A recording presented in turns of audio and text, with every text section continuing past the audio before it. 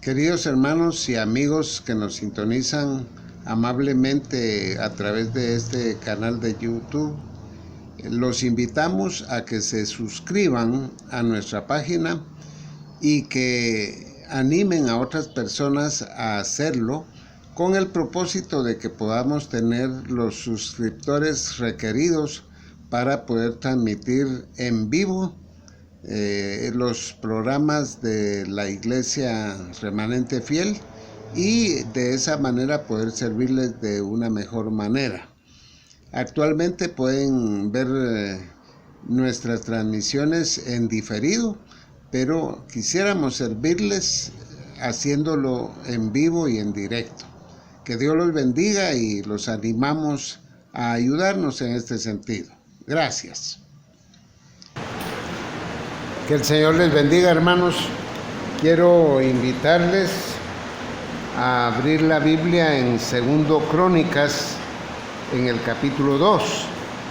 Ahí vamos a comenzar nuestra meditación, a la cual yo le he intitulado Salomón determina construir el templo. Salomón determina construir el templo. Y lo primero que tenemos en este capítulo 2, a partir del versículo 3 hasta el 18, es que Salomón comparte su plan con Hiram, el rey de Tiro, porque ese rey le iba a vender, le iba a proveer mucho de la madera, especialmente que se daba mucho ahí en Líbano. Es famoso Líbano por sus cedros, especialmente en aquella época de la historia. Pero en el capítulo 3 se ve que se edifica el templo y también se hace el mobiliario del tabernáculo. Eso vamos a verlo en el capítulo 2 y realmente va a ocupar hasta el capítulo 4 la construcción del templo. Pero en el capítulo 4 se dan más detalles acerca del mueblaje del templo.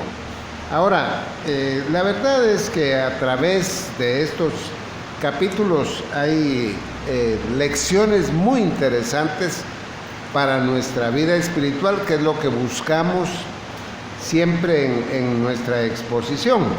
Y hay muchas cosas que nosotros no las comentamos detalladamente, porque más que todo se trata de indicar cuáles fueron los materiales que se usaron, lo cual tiene también a veces enseñanzas para nuestra vida. Y cuando estudiamos el tabernáculo, realmente estudiamos mucho del significado de todo lo que se ve aquí. No lo vamos a repetir todo eso. La Biblia habla aquí, por ejemplo, que se usó mucho bronce, oro, plata, y todo eso lo estudiamos al estudiar el tabernáculo. No voy a entrar en los detalles, pero recuérdense que el bronce, por ejemplo, representa juicio, y aquí aparece mucho bronce. La plata lo que habla es de redención, y al estudiar el tabernáculo dijimos por qué, y extraído de la escritura todos esos detalles. El oro generalmente representa la divinidad de Cristo, porque el oro representa a Dios, porque es muy valioso. Y también habla de la obra que hace el creyente, que debe ser una obra de calidad también. Entonces, todos esos detalles ya no los vamos a repetir, y aparece mucho en todo este pasaje, pero hay algunos textos y versículos que sí sobresalen por las lecciones que hay, y a eso queremos ponerle atención. Pero vamos a orar antes de seguir. Gracias te damos, Señor, por tu palabra. Pedimos que ella nos edifique, nos exhorte, nos consuele. Señor, que llame la atención a nuestros corazones a conducirnos de tal manera que tú seas glorificado, que nuestra vida te agrade a ti, Señor. Eso es lo que más deseamos, que tú estés complacido con nuestra conducta. Gracias, Señor, porque no podemos hacerlo si no es por la llenura de tu Espíritu, por la dirección de tu Espíritu Santo, y por eso queremos ser sumisos a Él, sumisos al Espíritu, para que Él modele en nuestros corazones la vida de tu Hijo Jesús, que es el máximo ejemplo para nosotros. Y Señor, queremos seguir las huellas de Él. Queremos andar como Él anduvo, Señor. Sabemos que por nuestra propia cuenta no lo vamos a lograr, pero si nos sometemos a la guía y la dirección de tu Espíritu Santo, sí podemos vivir de tal manera que a ti te agrade. Ayúdanos, Señor, a que la hechura de tu voluntad sea el mayor deseo de nuestra vida y que la pongamos en práctica. Para gloria de tu nombre pedimos esto y la iluminación de tu Espíritu, en el nombre del Señor Jesús. Amén. Muy bien, miremos el capítulo 2, las lecciones que tenemos ahí. Lo que tenemos básicamente es que Salomón se dirige al rey Hiram pidiéndole que así como le proveyó a David cedro para hacer el palacio de David, ahora también ayude no solo con materiales como el cedro, que era lo que más se necesitaba ahí, porque oro, plata y bronce ya tenían bastante ellos, que David había logrado conseguir a través de sus batallas, como ya hemos visto. Pero la otra cosa que le pidió fue que le mandara ciertos hombres expertos en la construcción. Los tirios, o sea, los hombres de Tiro, eran famosos porque sabían construir, eran buenos arquitectos, había buenos escultores, también gente que hacía muy buen trabajo manual. Y él le pidió eso, que llevara a expertos de ahí para que ayudaran a los judíos que también podían trabajar en eso, muchos de ellos, pero que los orientaran en que todo quedara muy bien para el templo. Eso es básicamente lo que tenemos ahí. Y Salomón se dirige al rey de Tiro. Ahora, entre todas las cosas que hace Salomón es que a pesar de que Hiram no era creyente, no era prosélito judío, cuando él le habla de Dios y le dice muchas cosas. Quizás Hiram no entendía todo lo que le hablaban, pero él de todos modos le hablaba de Dios, de Jehová, de las costumbres judías y todo eso, porque de esa manera estaba testificándole acerca de Dios y de la obra de Dios.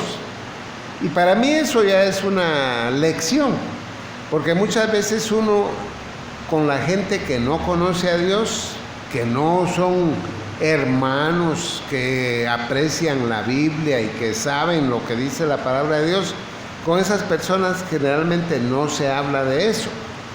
Pero pienso que si la gente da oportunidad, es bueno hablarles del Señor y decirles las convicciones que nosotros tenemos, porque quizás eso los lleve al conocimiento de la verdad. Pero en este pasaje parece que Hiram fuera creyente, pero no hay testimonio de que haya sido así. Entonces, Salomón lo que hacía era seguir hablándole de Dios. Entonces, una buena lección para nosotros: hablémosle de Dios a la gente, no solo a los que entienden de las cosas de Dios, sino a todo aquel que haya oportunidad de compartirle lo que Cristo ha hecho para nosotros. Lo digo así porque de eso se trata este capítulo, pero entre todo lo que le habla a Hiram, ustedes pueden ver especialmente en el versículo 4, dice: he aquí yo tengo que edificar casa al nombre de Jehová mi Dios, para consagrársela, esa casa, el templo. Y le dice: para quemar incienso aromático. Hiram no estaba acostumbrado en su religión a todo esto, de quemar incienso aromático. Acuérdense que cuando estudiamos el tabernáculo dijimos de qué estaba hecho este incienso, porque no era nada más el incienso, llevaba varios elementos. Y aún explicamos qué significaba cada uno de los elementos, pero él aquí lo menciona y dice: y para la colocación continua de los panes de la proposición. Así le está hablando a Hiram. Hiram no sabía todo esto que se hacía en el tabernáculo y que aquí se iba a hacer en el templo, y para holocaustos a mañana y tarde, en los días de reposo, en nuevas lunas y festividades de Jehová nuestro Dios. Es decir, Salomón menciona muchas de las costumbres religiosas de Israel, dándole testimonio a Hiram. Si Hiram me hubiera preguntado y en qué consiste y todo, él le hubiera podido explicar mucho más. Pero dice, versículo 5, ahí es donde ya están las lecciones muy importantes: y la casa que tengo que edificar ha de ser grande, porque el Dios nuestro es grande sobre todos los dioses. Y esto no quiere decir de que Salomón creía que todos los dioses de las naciones eran dioses. Él sabía que todo eso era imaginación humana. Aún los dioses de Tiro, que era donde estaba Irán. Pero él está diciendo: el Dios de Israel, el único Dios, está por encima de todos los conceptos que el hombre tiene acerca de Dios. Y es importante que él dice que la casa que tiene que hacer debe ser portentosa y grande y lo mejor que se puede hacer, porque es para el Señor. Y una de las cosas que tenía Salomón y el pueblo de Israel era la prioridad de que se hiciera una casa digna de Dios. Eso era lo que estaba en la mente de él. Y por eso habla de la grandeza de la casa, por la grandeza de Dios. Sin embargo, aquí mismo va a decir él que lo mejor que se le pueda dar al Señor como ofrenda, como el templo que iban a hacer, es nada ante lo que Dios debería de recibir. Fíjense que no uso la expresión que usan muchos, lo que Dios se merece, porque aquí no es asunto de merecimientos. Él es infinito, inmenso, lejano, trascendente. No hay palabras para hablar de Dios. Y lo mejor de lo mejor que se le pudiera hacer en este planeta es nada para lo que Él es. Sin embargo, Dios condesciende con nosotros, que nos recibe las pequeñas cosas que le damos, porque se las damos con todo el corazón, y eso sí lo ve Dios. Porque si uno dice: yo ya le di al Señor lo mejor, hermano, no hagamos alarde de eso, no nos jactemos para el Señor, ni derritiendo su vida en servicio a Él, ni así va a ser lo que Él debe recibir. A Él le podemos dar todo lo que somos y todavía es poquito para darle a Él. Espero ser claro con lo que estoy hablando. Porque, y Él mismo lo va a decir aquí, sin embargo, no dice que la casa no importa cómo salga, dice que tiene que ser lo mejor. Pero note el versículo, vamos al versículo 6. Él mismo dice, mas ¿quién será capaz de edificarle casa?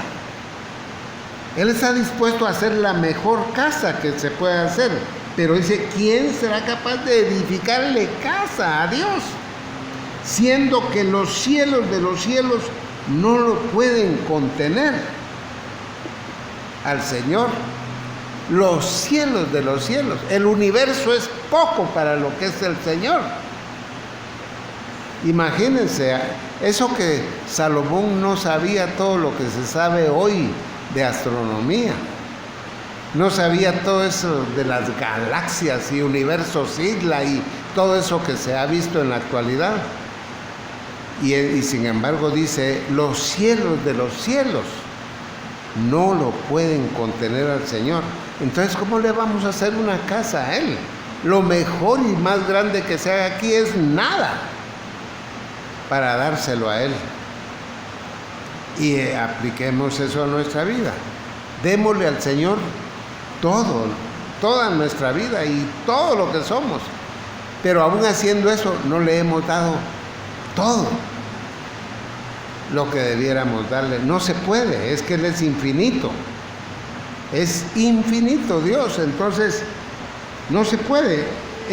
Y lo que pasa aquí es que, para decirlo en palabras que expliquen un poco, no cabe proporción entre lo infinito y lo limitado. Y nosotros somos limitados. Somos limitados. Y Él es infinito. Entonces, ¿a qué hora le vamos a dar algo? Por eso es precioso un canto que tenemos. ¿Con qué pagaremos? Con nada, hermano. Ni rindiendo toda su vida, todas sus riquezas, toda su capacidad. Ni así le estamos dando a Él lo que Él es digno de recibir. Pero les repito, Él condesciende a recibir lo que le demos de todo corazón. Es una serie de paradojas realmente la que se ve aquí. Y dice, versículo siempre 6, ¿quién pues soy yo? Dice Salomón, para que le edifique casa. ¿Quién soy yo? Con todo lo que Salomón era de sincero con Dios y poderoso Rey de Israel, reconoce su pequeñez e indignidad ante el privilegio de conocer a Dios y de servirle. Y espero que, como todo buen creyente, usted y yo también reconozcamos nuestra pequeñez. Realmente, para que estemos sirviendo a Dios y para que seamos hijos de Dios, somos indignos de todo eso. Es importante porque, recordando, por ejemplo, la mesa del Señor, somos indignos de sentarnos a la mesa de Dios, indignos de participar de todo lo que Él nos da, de su santidad y de todo lo que tenemos de Él. Y sin embargo, Pablo dice que cuando nosotros tomemos la mesa del Señor, que lo hagamos dignamente. Esas son las paradojas que hay en la Biblia. Somos indignos, pero somos invitados a hacerlo dignamente. Fíjese la diferencia de las palabras. Una cosa es ser digno y otra cosa es actuar con dignidad. Y espero ser claro con lo que estoy hablando. Y dice, ¿quién soy yo? Él es infinito. Dios es trascendente.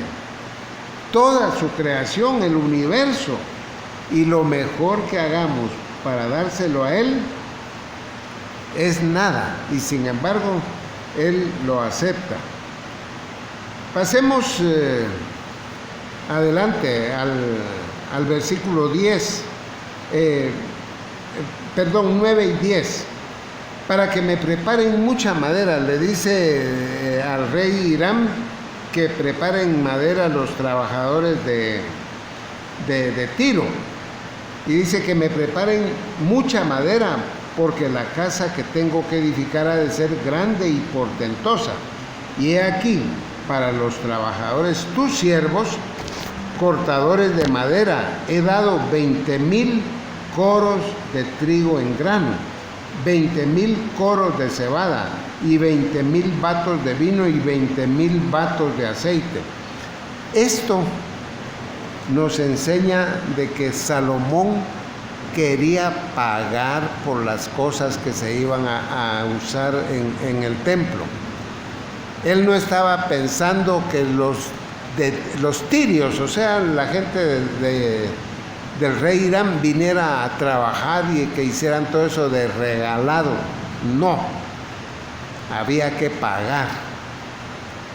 Lo único que en ese tiempo se iba a trabajar con trueque. Ellos iban a poner su trabajo, su madera, sus conocimientos, pero los judíos tenían cebada, aceite, vino y muchos productos que de los otros escaseaban. Entonces iba a hacer una transacción. Él no estaba esperando que le dieran de regalado todo eso. Era para el Señor. Y por lo tanto, todo esfuerzo que se hiciera, él estaba dispuesto a hacerlo. Es una cosa muy, tal vez muy pequeña de las aplicaciones que podemos tener aquí. Ahora, cuando vamos creo que debemos ir ya al capítulo 3. Dice el versículo 1, comenzó Salomón a edificar la casa. Ya contrató a los obreros, ya contrató la madera, ya pagó y todo, y el rey Hiram le dijo que estaba bien, e incluso le pidió que entregara todo eso que él había ofrecido, y que le iban a llevar la madera y todo eso. Pero en el capítulo, eso es para la preparación para construir. En el capítulo 3 ya empieza la construcción. Comenzó Salomón a edificar la casa de Jehová en Jerusalén, en el monte Moria, que había sido mostrado a David su padre, en el lugar que David había preparado en la era de Ornán Jebuseo. Cuando estuvimos viendo el primer libro de Crónicas, vimos lo que pasó con el censo, el castigo de Dios, y el lugar donde Dios perdonó a David, y que ahí se hizo el holocausto, y que Dios respondió con fuego. Era la era de Ornán. Eso estaba en el monte Moria. Y Moria era una región del lugar, pero había un monte que se llamaba también así. Este monte fue elegido por Dios para que ahí se construyera el templo en Jerusalén. Acuérdense que el tabernáculo fue en el desierto de Sin, donde se llevaba y se traía el tabernáculo. Pero ya un lugar fijo era el monte Moria. Ese monte Moria es muy importante en la tradición judía. ¿Cómo empieza la importancia del monte Moria? Si uno lee el capítulo 22 de Génesis, cuando Dios le pidió a Abraham que sacrificara a Isaac, le dijo que fuera 3 días de camino a Moria, a la región de Moria. Y la tradición judía dice que en ese monte, Moria, fue donde Abraham iba a sacrificar a Isaac, en ese mismo lugar. En ese mismo lugar apareció el carnero para sustituir a Isaac. Entonces, esos montes son elegidos por Dios, claro. Abraham fue enviado ahí. David compró ahí en la era de Ornán, pero todo eso era guiado por Dios para que ahí se construyera el templo.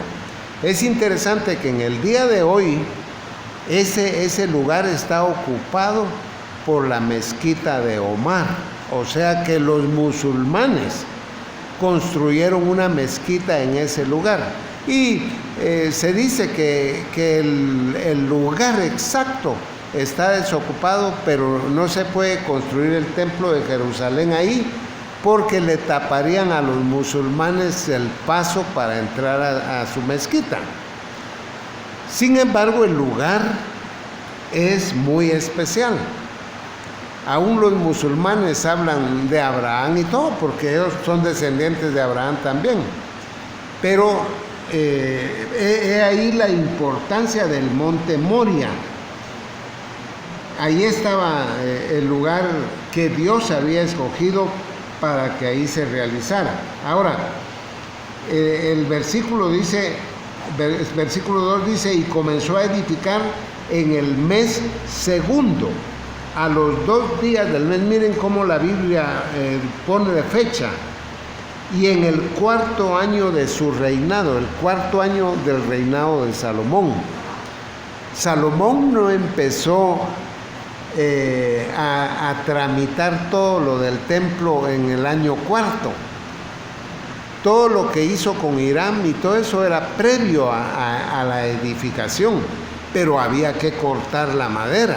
Todo eso llevó tiempo. Ya ven ustedes cuántas personas fueron utilizadas, personas que no eran del pueblo de Israel.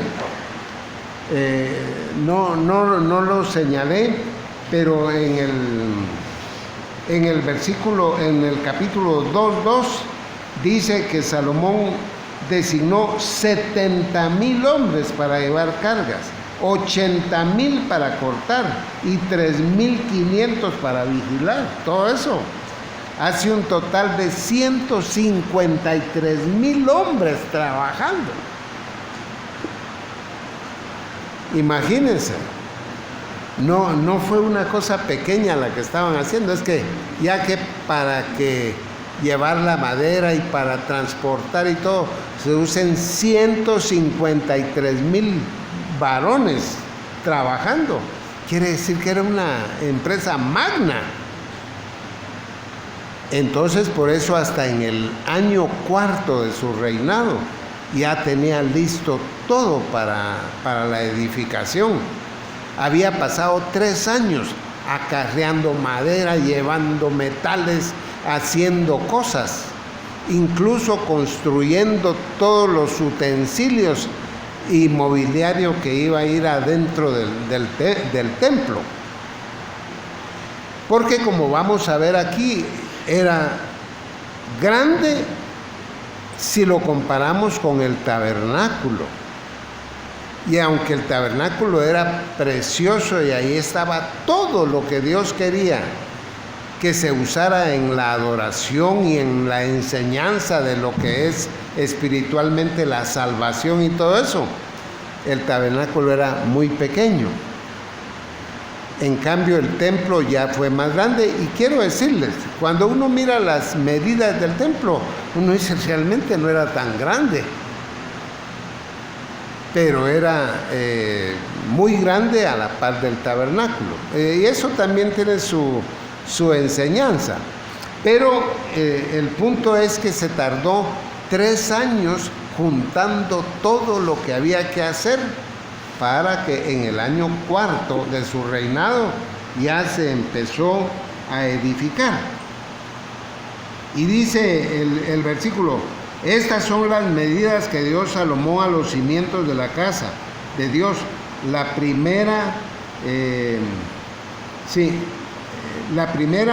la longitud de 60 codos y la anchura de 20 codos. Esas eran las medidas. El pórtico que estaba enfrente del edificio era de 20 codos de largo, igual que el ancho de la casa. Ahora, hablar en codos y todo eso, nosotros nos perdemos un poco porque no es la forma de medir.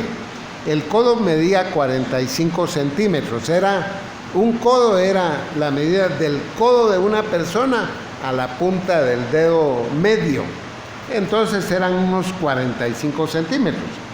Pero el edificio, ya diciéndolo en nuestras medidas, sin contar el atrio, solo el edificio, sin contar el patio donde no estaba construido, medía 36 metros de largo.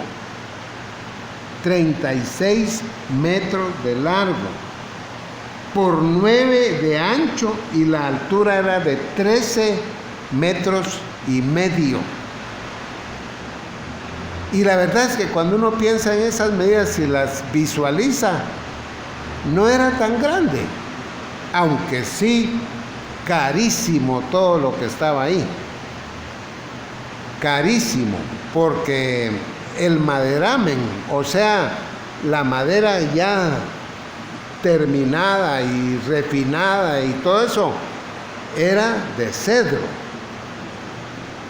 Por supuesto, con precios de hace 3,000 años, no en este momento. Pero también era de ciprés y eran maderas preciosas. Y sin embargo, todo fue cubierto con láminas de oro. Aunque el maderamen era lujoso, encima se le puso láminas de oro para cubrir todo. De tal manera que el templo estaba hecho de oro, todas sus paredes, su techo y todo era de oro. Imagínense, hermano. Por eso hemos dicho que en aquel tiempo no había dólares tampoco. Es solo para que lo entendamos nosotros. Es un anacronismo hablar así, porque eso no había en aquel tiempo, pero nosotros vivimos en esto y así lo entendemos mejor. Así que era enorme el precio, aunque tal vez no era tan grande la casa, sin contar el atrio. Miren el versículo 10. Vamos a ver, porque aquí ya estamos viendo el mobiliario que se hizo. El mobiliario se llama no al edificio, sino todas las piezas que iban, las mesas de los panes de la proposición, los candelabros, el arca del pacto. A todo eso le llamamos mobiliario o mueblaje. Pero quiero que miren el versículo 10, 3:10. Y dentro del lugar santísimo, que era el más pequeño de los lugares que hay adentro. El lugar santo era más grande, porque ahí se hacía más adoración. En cambio, al lugar santísimo se entraba solo una vez al año. Pero en el lugar santísimo, Salomón mandó hacer 2 querubines de madera, los cuales fueron cubiertos de oro. Ahora, ¿por qué me detengo en esto? Porque esto sí nos deja lecciones. Cuando estudiamos el tabernáculo vimos todo lo que se pudo y el significado. Y quiero decirles que no hicimos exhaustivo el estudio para entender qué significaba cada lazo y cada cuña y cada pedazo de madera, sino lo más importante. Pero aquí Salomón mandó hacer 2 querubines. Acuérdense que el arca del pacto ya llevaba querubines. Ese cofre, que era pequeño, llevaba 2 querubines prendidos en el caporet. O sea, ya iban ahí 2 querubines. Y ya vimos qué significaban esos querubines también, porque era símbolo del cielo, símbolo del trono de Dios. Pero Salomón, aparte de los querubines que ya tenía el arca del pacto, mandó a hacer 2 querubines para el lugar santísimo, que ya era fijo, que no había que llevarlo y traerlo. Y él mandó a hacer 2 querubines de oro. Pero también esos querubines sí eran bastante grandes. Aquí nos lo va a decir. Versículo 11, la longitud de las alas de los querubines era de 20 codos. Ya hemos dicho que el codo son unos 45 centímetros. Entonces aproximadamente medían, las alas de los querubines medían 9 metros. Eran grandes. Porque un ala era de 5 codos, la cual llegaba hasta la pared de la casa, y la otra 5 codos, la cual tocaba el ala del otro querubín. O sea que los querubines se tocaban con las alas y tenían las alas extendidas y cubrían toda la pared del lugar santísimo. Acuérdense que ese lugar estaba hecho de buena madera y cubierto de oro, pero aparte de eso estaban los 2 querubines de oro también, de madera pero cubierto de oro. Ahora, ¿por qué me detengo en estos querubines? Los querubines estaban en el lugar santísimo, que representaba el trono de Dios, todo cubierto de oro. Y aquí viene por qué me detengo en estos querubines. Es importante decir que estaban de pie los querubines. Lo podemos constatar en el versículo 13. Estos querubines tenían las alas extendidas por 20 codos y estaban en pie con los rostros hacia la casa. Este versículo es muy importante porque los querubines estaban de pie, lo cual quiere decir que estaban en posición de servir. Eran siervos, era para servir, por eso estaban de pie. Y con los rostros vueltos hacia la cámara, o sea, hacia el arca del pacto. Las caras de los querubines miraban hacia el arca del pacto, donde estaban los otros 2 querubines también. No miraban hacia los adoradores. Si el sumo sacerdote entraba ahí, no le iba a ver la cara a los querubines, sino que les iba a ver las espaldas y los iban a ver que estaban de pie. Porque entonces, el punto que se quiere enseñar con esto es que no estaban ahí para que los adoraran a los querubines. Estaban para servir, no para ser adorados. Por eso también no estaban ni sentados, ni dando la cara hacia donde apareciera el adorador, porque ellos no estaban ahí para ser adorados, sino para servir. Porque al único que se le debe adorar es a Dios. Y los creyentes no hemos de adorar a los ángeles, sino adorar con los ángeles. Los ángeles adoran al Señor y nosotros junto con ellos adoramos al Señor, pero a los ángeles no hay que adorarlos. Acuérdense, en el libro de Apocalipsis aparece un ángel poderoso, y Juan, el teólogo, Juan el apóstol, equivocadamente se postró para adorar al ángel al ver la majestuosidad de ese ángel, al ver lo luminoso, lo glorioso que era el ángel, porque como ellos están en la presencia de Dios, cuando salen de la presencia de Dios, vienen inundados de luz que refleja la gloria de Dios. Por eso es que son tan hermosos y todo, porque están en la presencia de Dios.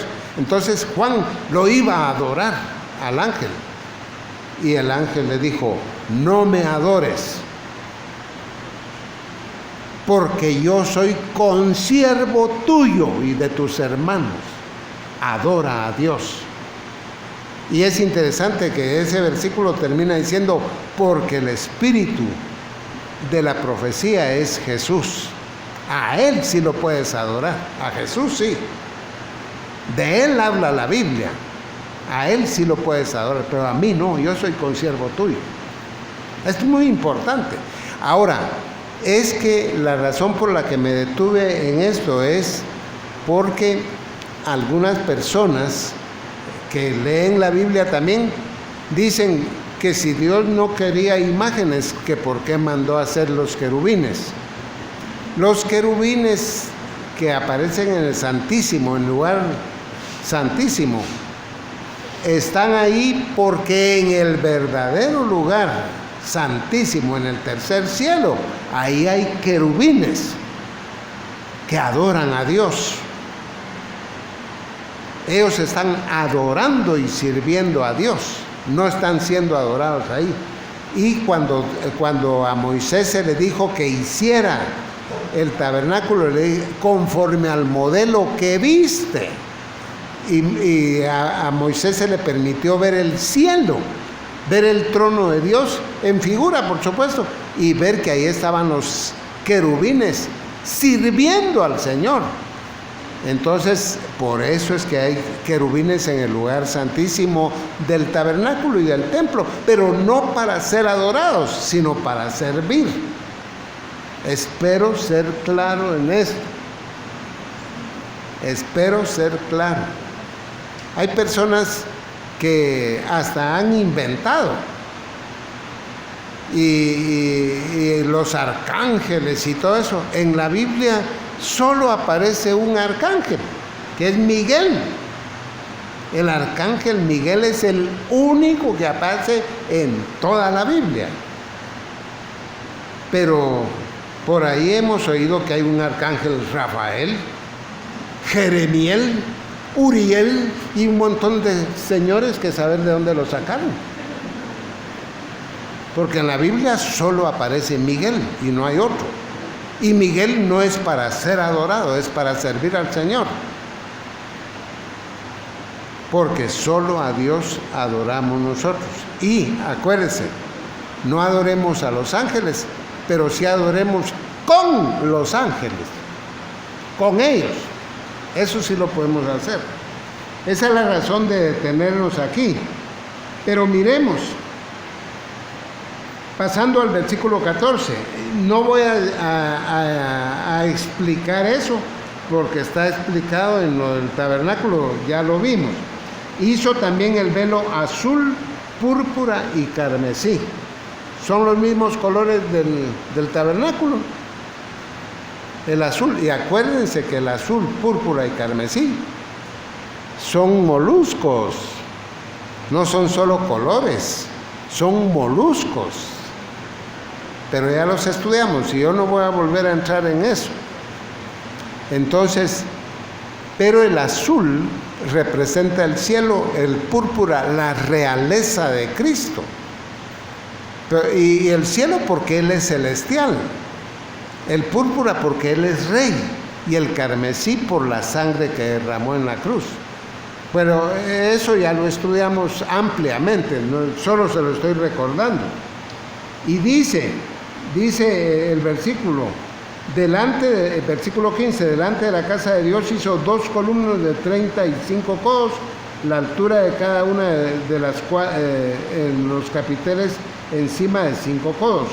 Asimismo hizo cadenas en el santuario y las puso sobre los capiteles de las columnas de oro, e hizo 100 granadas, los cuales puso en las cadenas.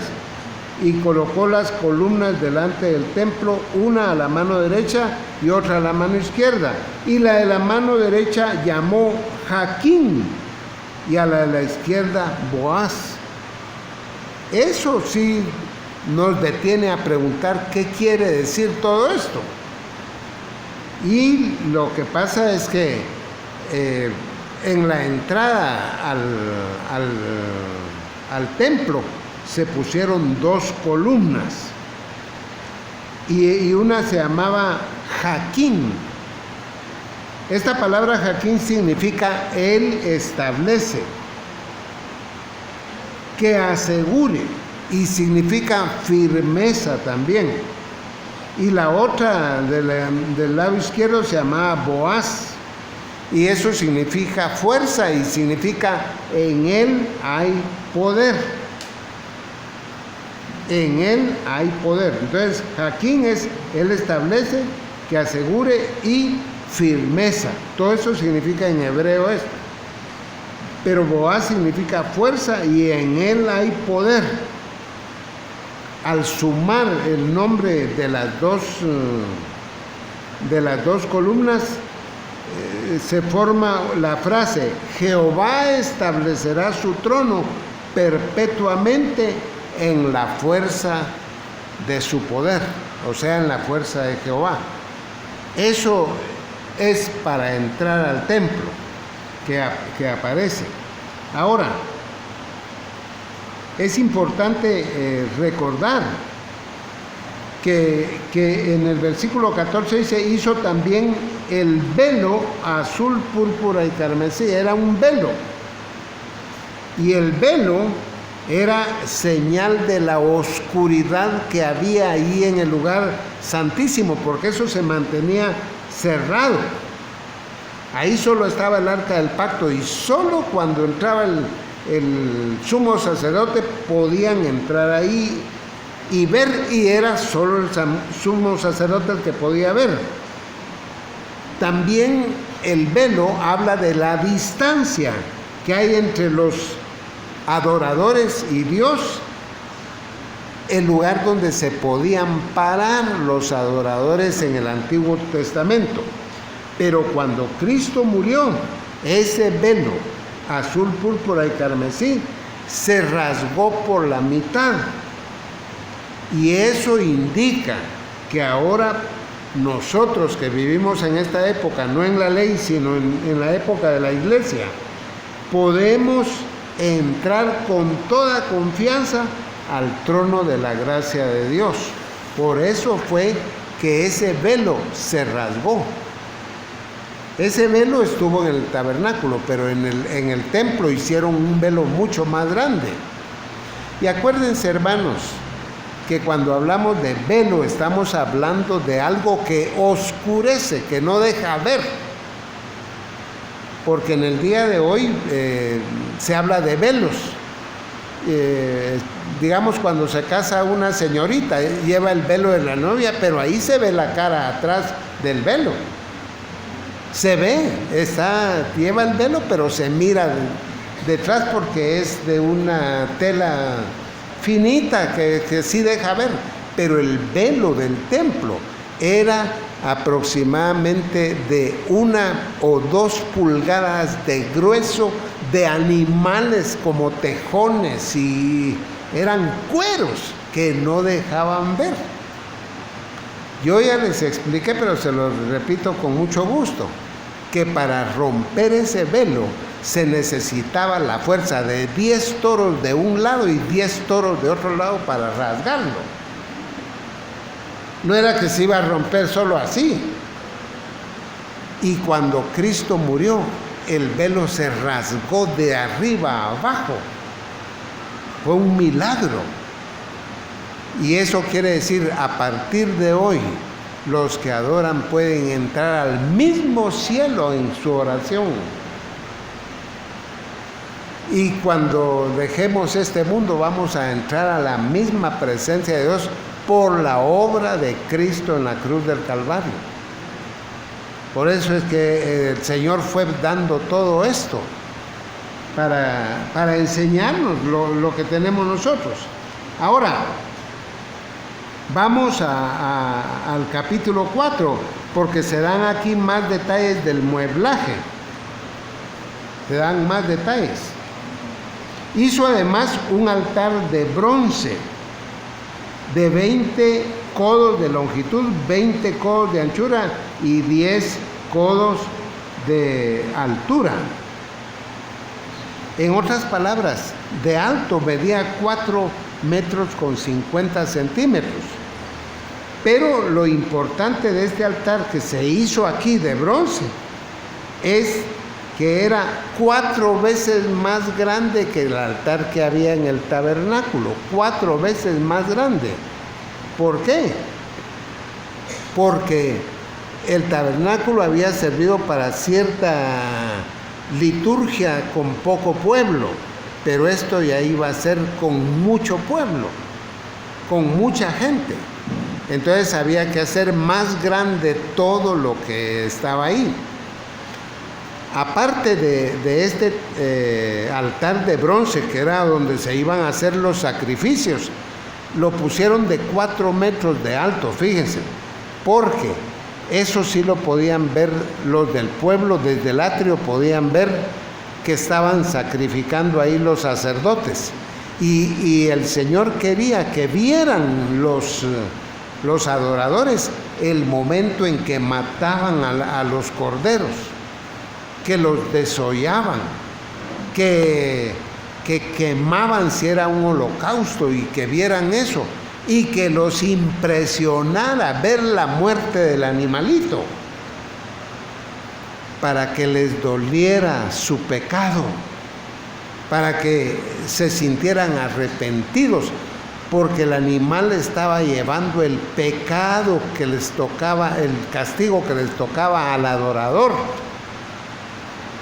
Y esto es una figura de la obra de Cristo en la cruz del Calvario. En la cruz es el altar de bronce donde murió Jesús. Y eso debe impresionarnos. Por eso es que es tan interesante las cosas que se narran en la Biblia. De todos los apóstoles, el único que llegó hasta ahí fue Juan. Juan fue el único. Y por supuesto ahí estaba María, la madre del Señor, y las mujeres estaban viendo cómo estaba el Señor Jesús de lastimado y golpeado el azote que le dieron, y cómo murió ahí en la cruz y todo lo que estaba pasando. Entonces Juan, el apóstol, fue el único que llegó hasta la cruz. Todos los demás salieron corriendo, pero Juan llegó hasta ahí. Y cuando nosotros pensamos ya en nuestro contexto, nosotros tenemos un himno que cantamos cabalmente en el día de la mesa del Señor, que dice: si olvido del Getsemaní tu sufrimiento agudo ahí, Cristo, hazme ver tu cruz. Si olvido del Getsemaní, ¿cuándo es que se olvida usted y me olvido yo de esto? Cuando pecamos. ¿Y qué nos importa lo que estamos haciendo? Mentimos, ¿y qué nos importa? Robamos, ¿y qué nos importa? Nos emborrachamos, ¿y qué nos importa? Siendo cristianos. Ese es el momento que uno se olvida. Y dice: si olvido del Getsemaní tu sufrimiento agudo ahí, si olvido todo eso, Cristo, hazme ver tu cruz. Hermanos, como Juan, que fue y vio al Señor ahí crucificado, ese hombre se impresionó de ver eso. Por eso es que cuando uno mira los escritos de Juan a duras penas se menciona él mismo en lo que escribe. En el Evangelio de Juan, apenas ahí ya en el capítulo 21 dice el discípulo a que Jesús amaba. En el Apocalipsis sí dice: yo, Juan, copartícipe del sufrimiento con ustedes y todo eso. Pero Juan no dice, yo el apóstol, yo aquí, yo allá. Ese hombre no quería saber nada, solo ver a la cruz de Cristo. Y saberse que era indigno de todo. Por eso es que el altar estaba alto, para que le doliera a los adoradores ver morir a sus ovejitas ahí. Que les doliera, porque ahí estaba esa oveja muriendo en su lugar. Era simbólico, pero Cristo sí murió en nuestro lugar. Y cuando nosotros no hacemos la voluntad de Dios y estamos conscientes, nos debía de doler ofender al Señor que murió por nuestros pecados. Cristo, hazme ver tu cruz. Bueno, el versículo 3, el 2 leamos porque es el contexto. También hizo un mar de fundición, el cual tenía 10 codos de un borde al otro, enteramente redondo. Su altura era de 5 codos y un cordón de 30 codos lo tenía alrededor. Y debajo del mar había figuras de calabazas que lo circundaban, 10 en cada en codo alrededor. Eran 2 hileras de calabazas fundidas juntamente con el mar. Estaba sentado sobre 12 bueyes, 3 de los cuales marcaban el norte, el occidente, el sur y el oriente. Esos bueyes lo que simbolizaban eran a las 12 tribus de Israel, por eso había 3 para cada punto cardinal. Lo digo así rápidamente porque lo que más me interesa decirles es lo siguiente. Ese era un gran estanque de bronce. Allá en el tabernáculo también tenían un lavacro, pero era muy pequeñito, pero en el templo era enorme. Y era para que los sacerdotes que iban a entrar al lugar santísimo y que iban a sacrificar los animales en el altar, y que, digamos, si el sumo sacerdote iba a entrar una vez al año al lugar santísimo, que antes de servir al Señor se lavaran ahí, que se lavaran los pies, que se lavaran las manos, y por supuesto debían de ir bañados, debían de ir con la ropa interior, tenía que ser blanca toda, y también la ropa exterior era blanco. La vestidura de un sacerdote no era negra, era blanca, símbolo de la pureza. Pero para ir a quemar incienso había que lavarse las manos y lavarse los pies. Sí, y ellos se tenían que haber bañado en su casa o bañarse ahí para ir a quemar el incienso, para ir a matar los animales, para ir a encender las lámparas, para todo lo que fuera a servir al Señor, tenían que ir lavados. Para eso estaba ese mar de bronce ahí, porque al Señor hay que servirlo con pureza. Y por supuesto, yo creo que es bueno que uno se bañe para servir al Señor también físicamente, pero lo más importante no es que uno se lave sus manitas y sus pies. Lo más importante es que la vida de uno sea una vida pura, una vida limpia, una vida de consagración al Señor, una vida donde se evita el pecado. Todos somos pecadores y nos podemos equivocar, pero eso es una cosa, y otra cosa es que con plena conciencia andemos haciendo cosas que no se deben hacer y después ir a servir al Señor. Que yo venga y me ponga a predicar aquí después de haberle pegado a mi esposa toda la semana, o que me mantenga peleando con mis hijos y que después venga aquí a poner cara de buena gente. Dios no quiere eso. Dios no quiere eso. Él quiere que usted sirva y que su corazón sea sincero, íntegro, bien intencionado, y que si ofendió a alguien le pida perdón y se arregle con la persona y clame al Señor que la sangre de Cristo le limpie de todo pecado, y así servir al Señor. En eso se resume lo que muchas veces decimos aquí estamos, por decirlo así, ampliando, porque una de mis cosas que les digo, hermanos, y que lo digo para mí mismo: Señor, quiero amarte, quiero obedecerte y quiero servirte. Cuando decimos esas tres palabras, estamos diciendo todo. Antes de ir a servir al Señor, tiene que limpiar su corazón.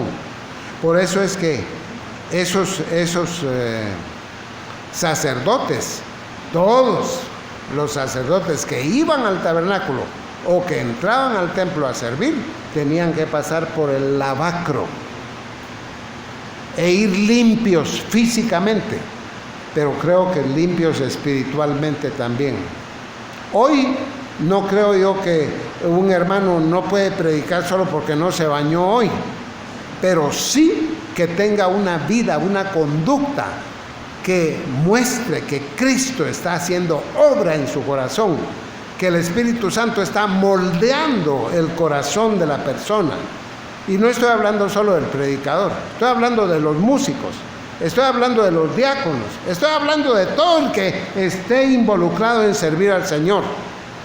Debe tener una vida vivida dignamente, haciendo la voluntad del Señor. Y no creer que va a vivir como quiera toda la semana y después va a venir a poner cara de bonito aquí. Tenemos que practicar la santidad. Dice el versículo 6, hizo también 10 fuentes. Eran las fuentes que estaban en el mismo mar de bronce. Y puso 5 a la derecha, 5 a la izquierda, para lavar y limpiar de ellas lo que se ofrecía en holocausto.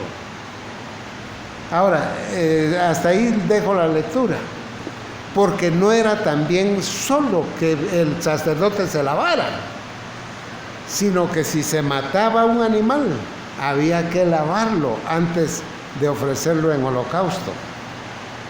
Había que lavarlo.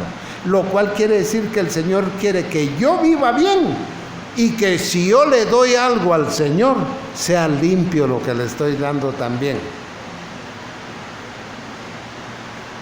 Que si yo doy una ofrenda al Señor económica, estoy hablando ya de dinero, que ese dinero venga de buena procedencia. De buena procedencia, que sea producto de mi trabajo, que sea producto del sudor de mi frente, con honradez. Y no que venga yo y haga trampas y haga cosas y robe y que después vaya a dar el diezmo de lo robado. Dios no quiere basura, hermanos.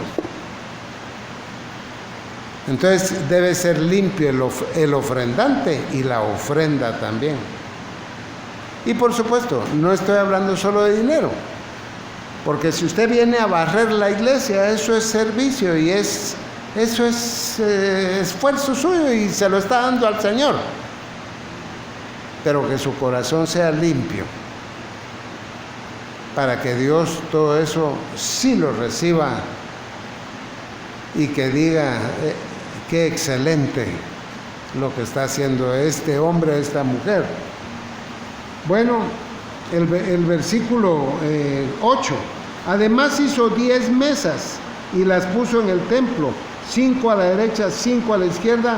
Igualmente hizo 100 tazones de oro. Y miren, hermanos, quiero decirles, aquí había 10 candeleros de oro, no como en el tabernáculo que solo había uno. Había 10 mesas de los panes de la proposición, hechas de madera de acacia y cubiertas de oro. los tazones de oro, todo de oro. Y usted dice, hermano, entonces las iglesias, todo se debe hacer de oro hoy. No. Los muebles pueden ser hasta de pino y de cajeta si quiere. Pero ¿qué es lo que sí debe ser de oro? Nuestro servicio al Señor. Porque nadie puede poner otro fundamento que el que está ya puesto, dice 1 Corintios 3:11. Y si sobre este fundamento, o sea, la obra de Cristo, alguno edificare con oro, plata y piedras preciosas, eso es buen servicio al Señor. No tiene que ser del metal, sino de la calidad de su vida sirviendo al Señor. La vida suya, sirviendo al Señor con obras de oro, plata y piedras preciosas. Pero porque también hay otras obras ahí mismo en ese versículo. Madera, heno y hojarasca, ¿se acuerdan? Así dice unos hacen trabajo de oro, plata y piedras preciosas, pero otros de madera, heno y hojarasca. Y la palabra madera que aparece ahí, la palabra griega es shulá, que significa leña. Leña. Porque mucha gente está sirviendo en las iglesias con leña, con hojarasca y con heno. El templo fue hecho literalmente con cedro, ciprés, oro, plata, el templo de Salomón. Pero el templo espiritual que estamos construyendo nosotros, o es de buena calidad lo que hace usted en obediencia al Señor, o siempre es trabajo, pero de leña, hojarasca y heno. Y el día que el Señor recompense a todos los que nos va a llevar al tribunal de Cristo, usted va a ver que su obra se va a quemar porque es leña. No es oro, no es plata, no son piedras preciosas.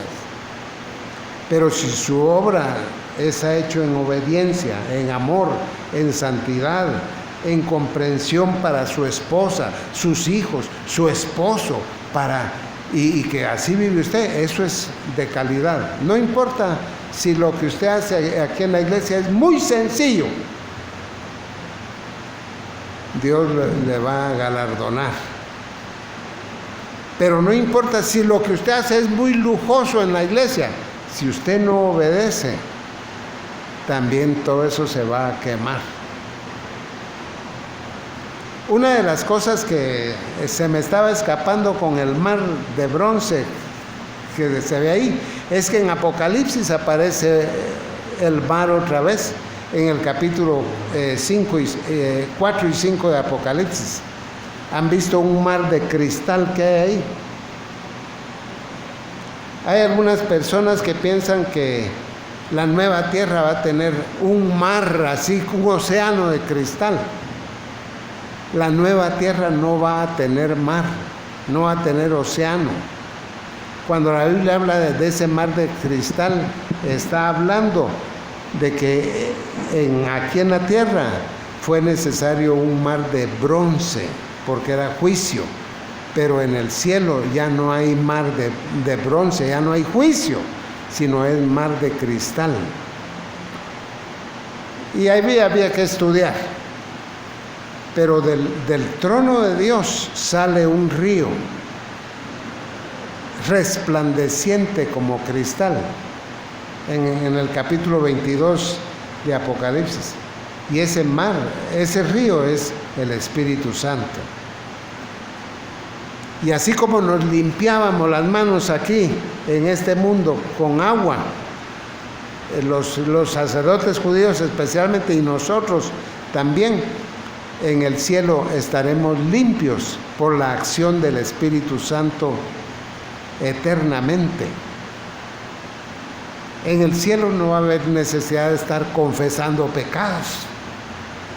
Vamos a respirar santidad, a vivir santidad, a ser perfectos como el Señor es perfecto.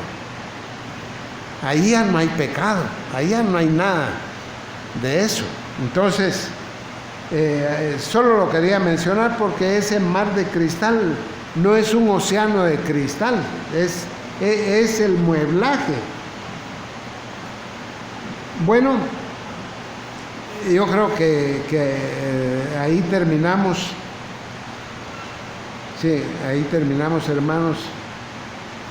Yo creo que hay muchas cosas, pero cuando estudiamos el tabernáculo vimos la simbología de todo esto. Y espero que todo esto que estamos viendo también toque nuestros corazones para que deseemos vivir una vida agradable al Señor, de limpieza, servicio de limpieza para la gloria del Señor. Padre, te damos gracias por tu palabra.